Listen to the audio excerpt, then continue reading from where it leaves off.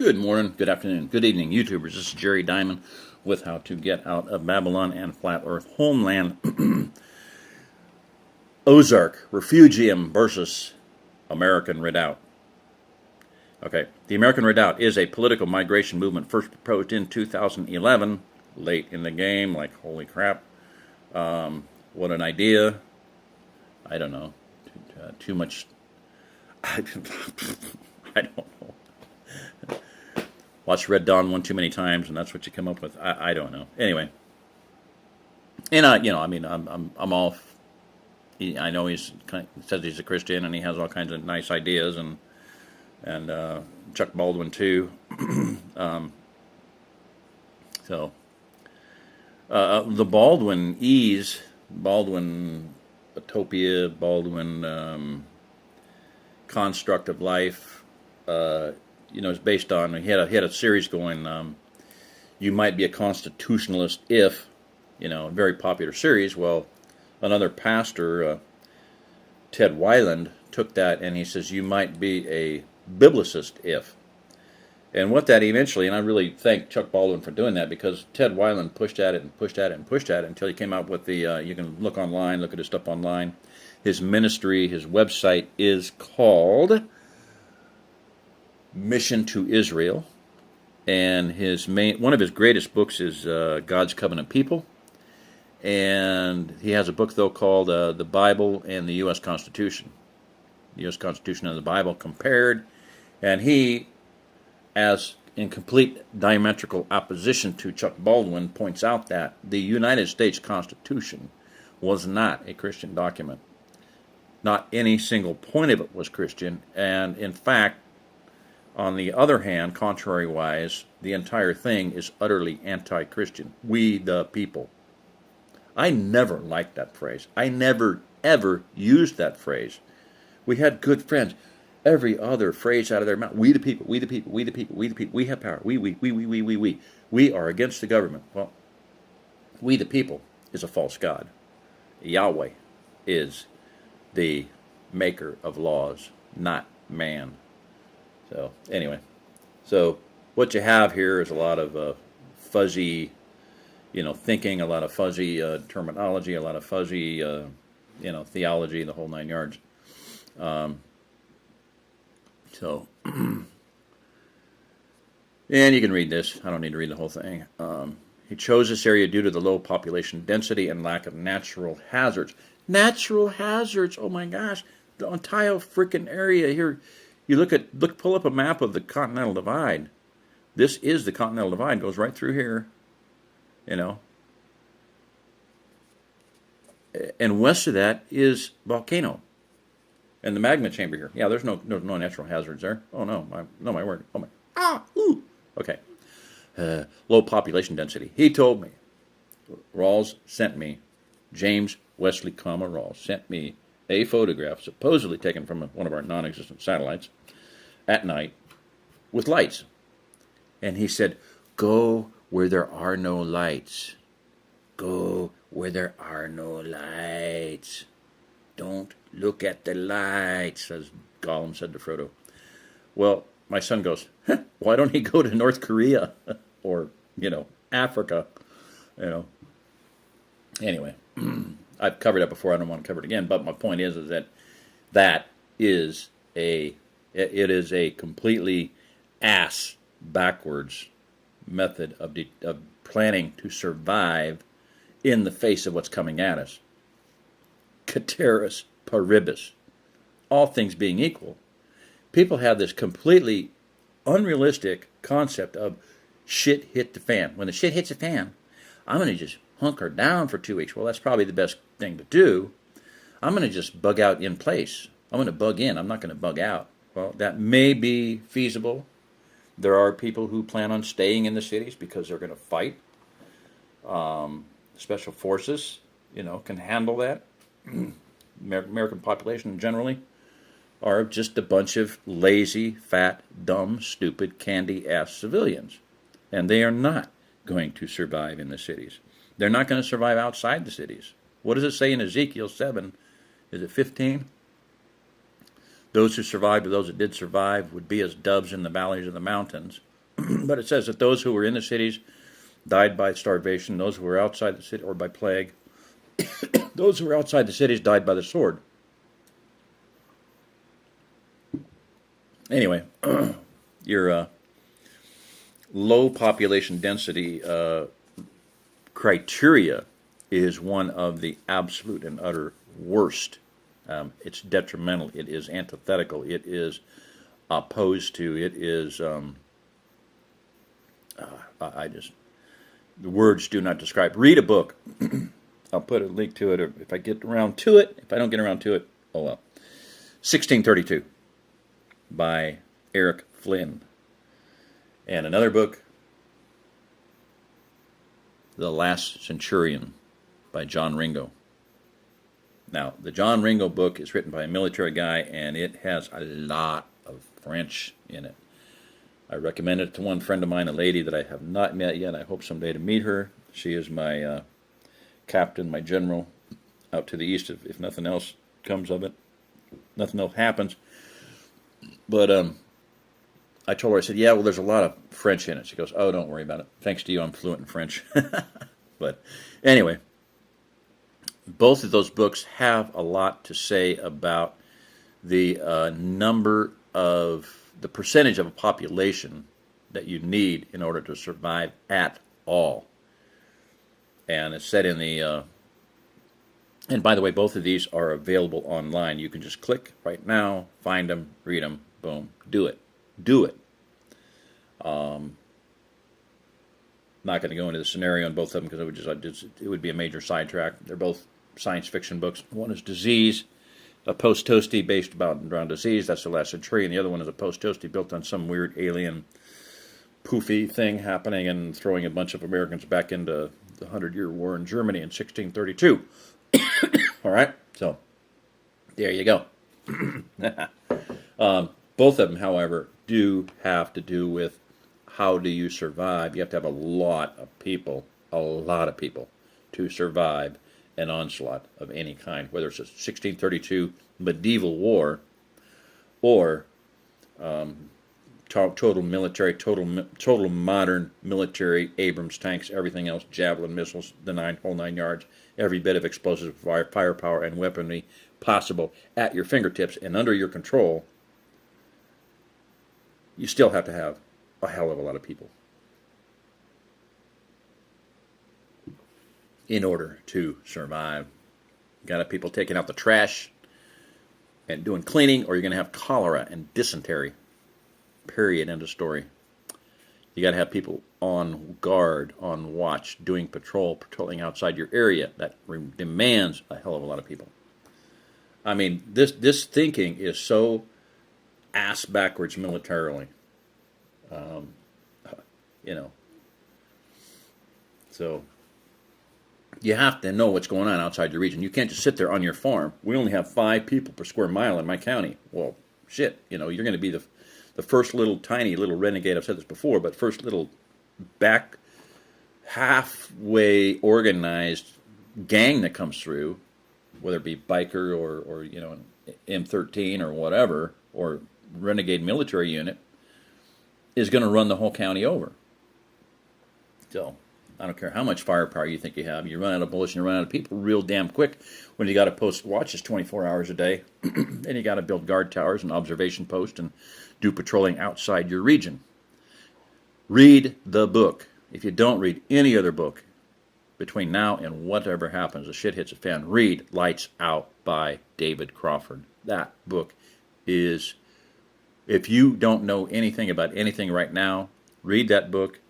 It's brutal. It is written from a Christian viewpoint. It does not have a lot of French because the hero, the head honcho guy, Mark, Mr. Karate Man, whenever he says a bad word, he puts a nickel or a quarter or something in a jar.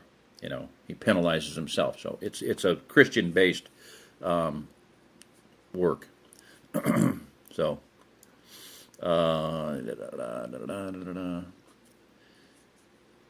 Kim Murphy, reporter for Los Angeles Times, summed up one motivation for the movement. For a growing number of people, it's the designated point of retreat when the American economy hits the fan. When banks fail, governments declare martial law, power grid goes down, Same article identified Rawls as the guru of the movement, the Pope. I call him the Pope of Christian survivalism.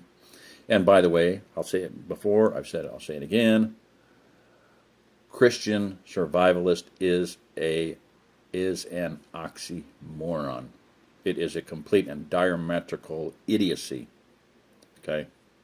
If you consider yourself to be a Christian survivalist, try reading the Gospels and try reading what Messiah said. Take up your cross daily, follow me. He that seeks to save his life will lose it. And he who seeks to lose his life for my sake shall find it. Read the Bible. The Bible is about giving. It's about sacrificing. It's about laying down in the mud so somebody can get out of the mud and, be helped, be blessed. The plain truth is that in a societal collapse there will be a veritable vacuum of law enforcement without rule of law, WROL. In such times, with a few exceptions, it will be only the God-fearing that will continue to be law-abiding. Choose your neighborhood wisely. Yes, choose your neighborhood wisely, absolutely. The best defense in hard times is a well-fed neighbor, not a neighbor that is a Christian who plans on eating you. And I have had a person who is the alpha male of a church, a big metro church in Denver, and I could say his name and say the name of the church, but I won't because they're very closely to, anyway. I said, man, you got to get an assault rifle. You got to get, it's I can get an assault rifle anytime I want. I have a sniper rifle. He's a hunter. I can hunt. I can shoot somebody in the head. I can get their assault rifle if I want it, but I probably won't. You better get some food storage. Why? My neighbor weighs 300 pounds. So I'm often asked why I make such a big deal about choosing conservative Christians. Well, I was just talking to you about a conservative Christian. Another one said, a conservative Christian, a leader, said, I'm the only one in my neighborhood preparing. I'm the only one storing food. My biggest question is, when they come to my door and they're hungry, should I feed them or should I eat them? That was a conservative Christian. So choose your neighbor wisely, but don't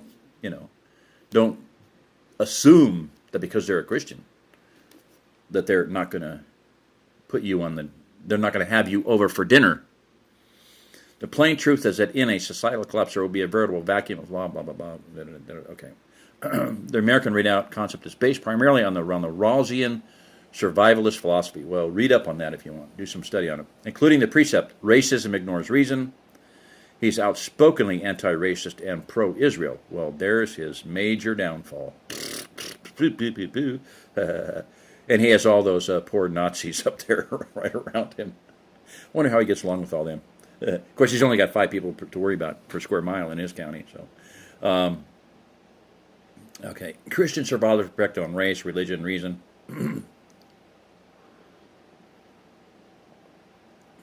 Here's Rawls. Yeah, the only thing that matters when he meets his Maker, he contended, was whether he accepted Christ as his Lord and Savior.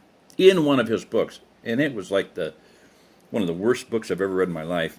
It was one of the later ones. There's The Patriot, which is a halfway decent book. I don't even remember the name of it. The Somethings. The Remnant. I don't know what it was called. But this guy kills a man. Self-defense or whatever, but he kills him. And then he prays for his soul. Oh, I pray that he knew Jesus. What a crock of shit. It's just ridiculous, absurd, disgusting, sickening, stupid, whatever. Pray for somebody after they're dead. Yeah, that's a real Christian thing to do. Blow them away and then pray that, I hope that they knew Jesus. Yeah. Pretty weird. In an interview, the book, I don't remember the name, I'll touch on it again, but I probably won't. But anyway, I just had the feeling, man, he wrote it just to line his pocket with a couple $100,000 extra dollars. Because there was nothing in it of value, nothing in it that taught you anything, nothing in it that had anything constructive or it was just a storyline, and it was a bad storyline. Didn't hold a candle. There wasn't a pimple on David Crawford's ass, Lights Out, man. Lights Out was written to keep people alive, to help them. Rawls' book was like totally forgettable, and I would never read it again. I would never even look at it again. Whenever I see it, I throw it in the trash can. Even if somebody, hey, you want to read this book? I said, no. I just throw it in the trash. As Bo Greit said, The only thing it's good for is using in the little smallest room of your house behind you. There you go. Sorry, James. Get real. Think about helping people instead of fleecing them. All right. Yeah, get away from the Beltway. They got some good things they're doing. I agree, but I'm just trying to be honest, and I'm hoping that people will listen. In effect, we're becoming pistol packing Amish. Okay. Rawls advocates a gradual demographic consolidation through political migration to the American Redoubt, but predicts that the federal government will hammer any states that attempt to secede under the current political order. It's like, duh, ain't gonna let that happen. Rawls also stated people who recognize that they are of the Christian remnant, that they are God's elect, will in increasing numbers choose to vote with their feet. Absolutely. Totally agree with that. So there you go. There is the Redoubt states. You got Eastern Washington, about half of Washington probably. And the same thing with the Pacific Northwest Territory, the Northwest Front, the Nazi or neo-Nazi groups, that, about all of Idaho. Over into, some of Wyoming. This is Yellowstone region is mountainous, and then, of course, up into the western part of Montana. Just remember, Continental Divide's right there. Volcanoes here. Huge volcano here. They say that the other chamber that they discovered recently, supposedly discovered, would fill 11 Grand Canyons. And that's out here to the west. And they are fracking on the damn thing, just like they really want it to blow. Let's make it as unstable as possible. So, all right. And I believe that's, call that one good. We're over about 15 and over. So, yeah, just do a look at that. That's basically in brief. That was my nutshell thing. That was going to be my main thing, and then I got off onto the introductory remarks and turned into like 10 videos there. So whatever. It is what it is. Hopefully some people listen. And sorry for the being blunt, but I mean, hey, a lot of people are going to be dead. I had a friend come visit me and stayed, and was kind of upset with the some of the stuff around, trash, whatever. I mean, storage things being stored outside.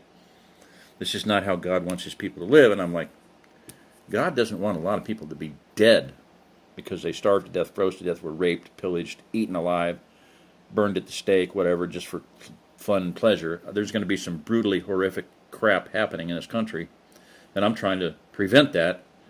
And that's more of a concern to me than how my yard looks, because I don't have a yard anyway. I mean, I sort of do in front of my trailer, and I'm in the process of cleaning it up and doing what I can to make it more. But the thing is, I had like 20 hours into cleaning the place up, and I was buying a trailer that she stayed in for a while. And thank you, I busted my ass. It's on video. Go back in my older videos and look at it. What that place looked like before. I haven't even done a video about the trailer, the new trailer I'm buying. And it's not new. It needs some help, and I need some help with it, and blah, blah, blah. I'd like to have, help pay for it, because I really didn't buy it with an intention of living in it. I bought it for the intention of having a place for somebody to stay when they came here. So I'm getting irate, okay? I mean, I think you can hear that in my voice, but I'm getting to the point where I've had it up to about my mouth, nose, whatever, with bullshit. So I hope that people were going to listen. The people who I have already helped, I want some help. Like I said, I need a bicycle. I need a car. Whatever. I mean, I need. There's some things I need. I need better computer equipment. I want some help doing this stuff. And I do have a friend coming, and he said he's going to, he has a lot more knowledge than I do with the internet, and has some income. But yeah, food would be nice. A little bit of money so I can buy something once in a while would be nice. Why don't I have any money? Well, it's just the way life did with me, The Son of Man hath not where to lay his head. David lived in a freaking cave, and I got upset with his friend, and I yelled, and I said, if it weren't for me, none of this would be here. The cabin wouldn't be here. The greenhouse wouldn't be here. Nothing would be here. Nobody would be here. My family wouldn't be here. We'd be still fat, dumb, stupid, and lazy in Aurora, Colorado. Nobody would be here. As it is, 25 families are here in the Ozark Plateau with $100,000 or better, $500,000 of families, some of them cases, of income that they have brought into the Ozark Plateau. So, do you want me to do all of this, do the gardening and do this and do this and clean this up and do that and fix a trailer, do that? It's time I don't have. I wish I had 200 people helping me, and I've wished that for years. The amount of research that I have covered by myself and the value of it, the billions of dollars of value that I have done in research that I can't find anybody to help put into practice. Okay? Yeah. Anyway,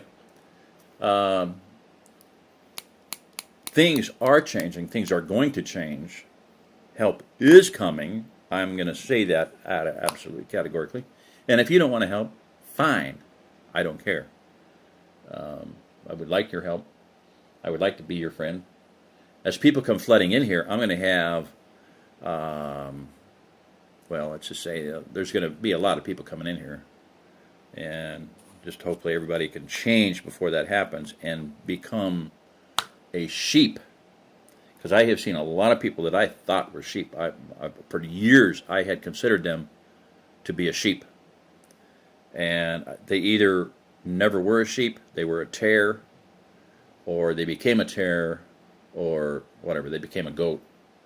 But there are people who I used to think were like-minded with me, like two peas in a pod, brothers.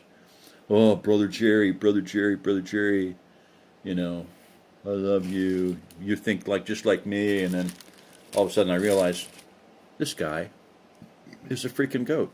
He's out for himself, selfish, ornery, nasty, argumentative. Things started showing up. Anyway, all right. Rant over. This is Jerry Diamond. Listen to this. If you are listening to this, you're the remnant. You are the remnant.